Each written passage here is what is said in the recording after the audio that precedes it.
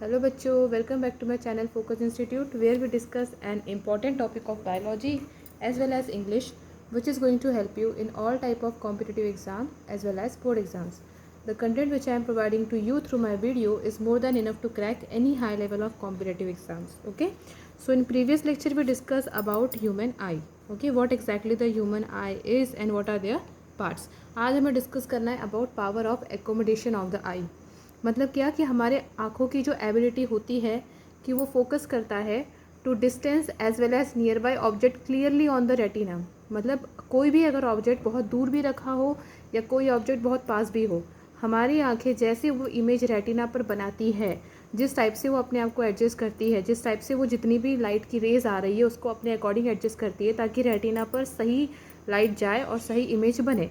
इस चीज़ को बोलते हैं एकोमोडेशन।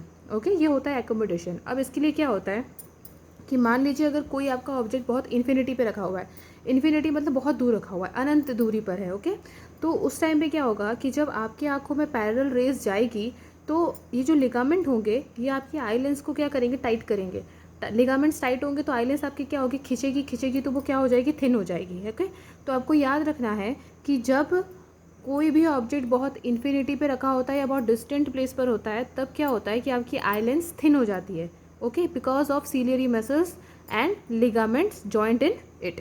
ओके, और जब कोई भी चीज़ आपके बहुत पास रखा है ऑब्जेक्ट तो क्या होता है, लिगामेंट्स रिलैक्स हो जाएंगे, लूज हो जाएंगे, जिसकी वजह से आपकी आई लेंस क्या होगी, ऐसे और मोटी होती जाएगी, थिकर होती जाएगी।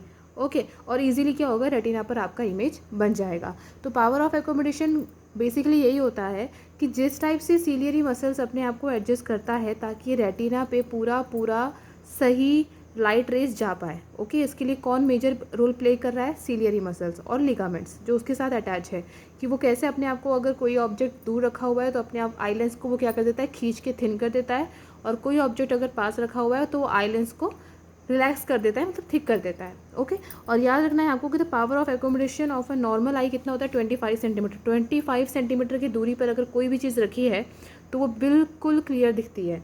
ओके, क्योंकि ये हमारा पावर ऑफ एकोमोडेशन है नॉर्मल आई का। ओके, अब आईज से डिफेक्ट कौन से होते हैं। सबसे पहला आपका हो गया मायोपिया। ओके, मायोपिया कौन सा डिफेक्ट है, ये ऐसा डिफेक्ट है आई का in which it can not see distant object clearly, जिसमें हम दूर की चीज़ नहीं साफ साफ देख पाते लेकिन पास की चीज़ हम देख लेते हैं, जिसको निकट दृष्टि दोष भी कहते हैं हिंदी में। ओके, तो इसमें क्या होगा कि आप दूर की चीज़ साफ साफ नहीं देख पाओगे लेकिन पास की चीज़ आपको बहुत क्लियरली दिखाई देगी, तो उसको बोलते हैं हम मायोपिया। ओके, अब मायोपिया का रीज़न क्या होता है, मान लीजिए कि अगर आपका ये जो आई बॉल है पूरा अगर इसकी लेंथ बढ़ जाए, है ना, eyeball being too long, मतलब अगर आई बॉल बहुत ज़्यादा बढ़ जाए, रेटिना ये है, इमेज तो वहीं बनेगी जहाँ बननी है, लेकिन अगर आई बॉल बढ़ जाएगा तो वो तो एक लिमिटेड डिस्टेंट पर ही इमेज बनाएगा ना, तो रेटिना ज़रूर यहाँ पर आ जाएगा। अगर आई बॉल बढ़ गया तो मान लीजिए रेटिना यहाँ आ जाएगा लेकिन इमेज तो यहीं बनेगी, तो क्या हो रहा है, रेटिना के पहले ही इमेज बन रही है, जिसकी वजह से आपको क्या होगा, दूर की चीज़ क्लियरली नहीं दिखाई देगी लेकिन पास की चीज़ दिखाई देगी। ओके, या फिर होता है high converging power of the lens, कि उसकी वजह से क्या होता है, पावर कन्वर्जिंग की बहुत ज़्यादा हाई हो जाती है, जिस वजह से मतलब मेन रीज़न तो आप ये समझ लो यही है कि आई बॉल बहुत ज़्यादा क्या हो जाएगा, अगर बड़ा हो जाएगा तो आपको मायोपिया होगा। और ये सही कैसे होगा, कॉनकेव लेंस से। ओके, तो इसका करेक्शन क्या है, याद रखना है कॉनकेव लेंस। नेक्स्ट इज, क्योंकि पहली चीज़ तो ये देखिए, कॉनकेव लेंस जो होते हैं वो कैसे होते हैं, वो ऐसे होते हैं, मतलब इस टाइप के होते हैं, वो ऐसे ऐसे, मतलब इसका बीच का जो पार्ट होता है वो अंदर की तरफ दबा हुआ होता है, जिसकी वजह से क्या होता है कि वो इस टाइप से लाइट को क्या करेगा, कन्वर्ज करेगा कि बराबर से सही जगह पे वो रेटिना पे इमेज बनाएगा और आपका क्या होगा, साफ साफ आपको इमेज दिखने लगेगी। फिर नेक्स्ट इज हाइपरमेट्रोपिया, जिसको बोलते हैं दूरदृष्टि दोष, है ना। इसमें सेम उसका वाइस वर्सा सिचुएशन होगी, क्या होगा कि पर्सन को पास की चीज़ नहीं दिखाई देगी लेकिन दूर की चीज़ बहुत क्लियरली दिखाई देगी। अब तो इसका उल्टा क्या हो जाएगा, इसमें आई बॉल क्या हो जाएगा, बहुत शॉर्ट हो जाएगा। जब आई बॉल शॉर्ट हो जाएगा तो उसकी वजह से क्या है, मतलब मान लीजिए आई बॉल आपका इतना ही रह गया, इतना रह गया तो उससे क्या होगा कि इमेज तो यहीं बनेगी, मतलब रेटिना से थोड़ा और ज़्यादा दूर, मतलब थोड़ा और आगे इमेज बनती है, जिसकी वजह से क्या होगा, आपको दूर की चीज़ क्लियरली नहीं दिखाई देगी, दूर की चीज़ बहुत क्लियरली दिखाई देगी लेकिन पास की चीज़ क्लियरली नहीं दिखाई देगी। तो इसका करेक्शन भी बिल्कुल वाइस वर्सा, इसमें क्या होगा, आपको कॉन्वेक्स लेंस लगेंगे। Next is presbyopia.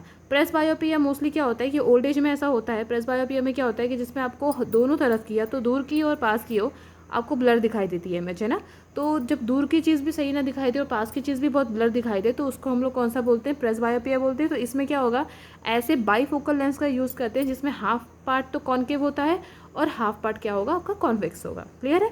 And last but not the least is cataract. Cataract क्या होता है, जिसको मोतियाबिंद भी कहते हैं। कैटरैक्ट में क्या होता है, मोस्टली ओल्ड एज में ऐसा होता है कि हमारा जो आइज़ है, जो वाइट लेयर होती है हमारे आइज़ में, जो लेंस होते हैं उसके ऊपर एक मेम्ब्रेन आ जाती है। ओके, मेम्ब्रेन आने की वजह से क्या होती है, आपका विजन जो होता है वो बहुत ब्लर हो जाता है। और ब्लर होने की वजह से क्या होता है, फिर उसमें एक ही ऑप्शन बचता है कि आपको लेंस को हटा करके वहाँ पे आर्टिफिशियल लेंस लगाया जाता है, क्योंकि ब्लर विजन है, मेम्ब्रेन एक बन चुकी है तो ऑब्वियसली ब्लर आएगा। तो जब बिल्कुल से लेंस हटा के आर्टिफिशियल लगा देंगे तो वो चीज़ सही हो जाती है। तो ये क्या है, आपका कैटरैक्ट है। So these were some defects of eyes, okay, and this were the power of accommodation of the eyes. So in next lecture we will discuss more deep about it. So stay tuned with me and thank you for watching my video.